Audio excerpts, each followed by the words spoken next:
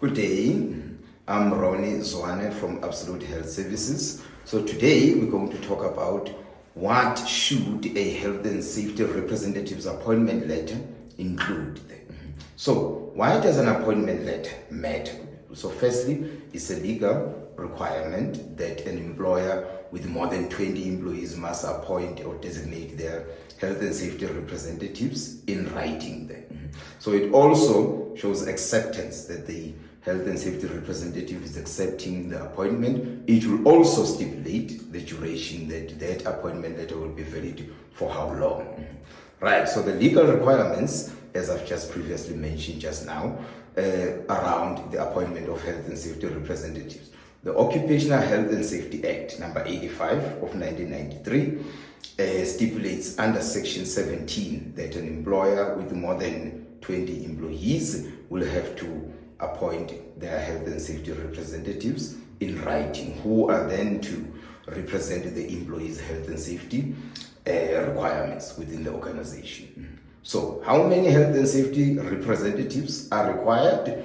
So the number of required safety reps will depend on the nature of the business and operations. For instance, for your office environment, so offices and shops is considered as low risk, you'll need at least one health and safety representative for each group of up to 100 employees or part thereof. And then other work areas like moderate to high risk, construction, industrial operations, etc., then the ratio will be 1:50 there.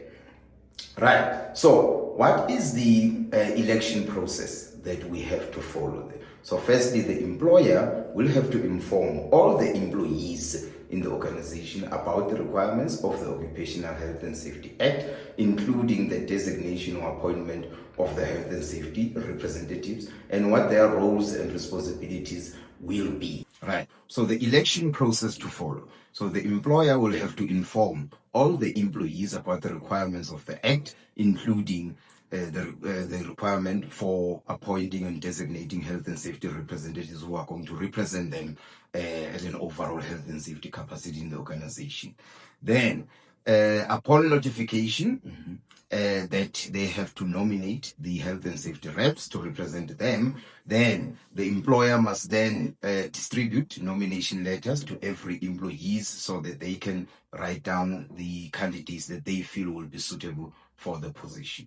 So upon collection of the nomination letters, the employees with the most nominations will then have to be notified.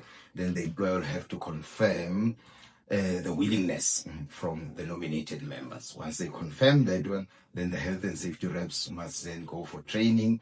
Then when they come back, they get appointed in writing. Then the appointment letter will then be kept or stored in the health and safety file of the organization for the duration of the appointment. Right, so what should the appointment letter include? Firstly, in the appointment letter, the designation must be stipulated that this is for a health and safety representative. The particulars of the appointee, so meaning the name and surname and personal details of the appointee, the health and safety rep, as well as the work area or location which they are going to be designated to. The appointee must also be notified of their roles and responsibilities. So what are their duties for the duration of the appointment?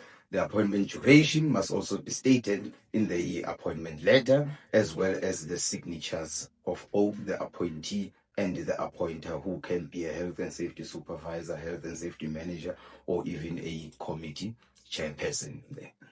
Right, so the typical functions and responsibilities of a workplace health and safety representative will include representing the employee's health and safety interest in the organization, attending the regular health and safety committee meetings of their health and safety committee of which they are a member of.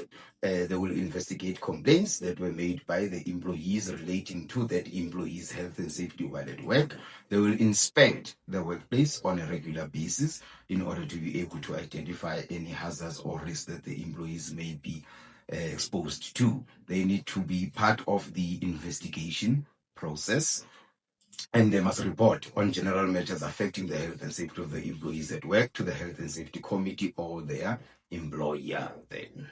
Right, so the training requirements might include attending accredited health and safety representative training, which will include a basic understanding of the Occupational Health and Safety Act, together with its requirements, how to be an effective role player when it comes to incident investigations, how to carry out the risk assessments, and how to complete the inspections in the workplace. Right. So, in closing, the appointment letter, having the appointment letter will ensure that the organization is compliant with the requirements of the Occupational Health and Safety Act, and it will also offer clarity, especially to the appointee, as to what their roles and responsibilities are, thus ensuring a safer workplace there. Thank you.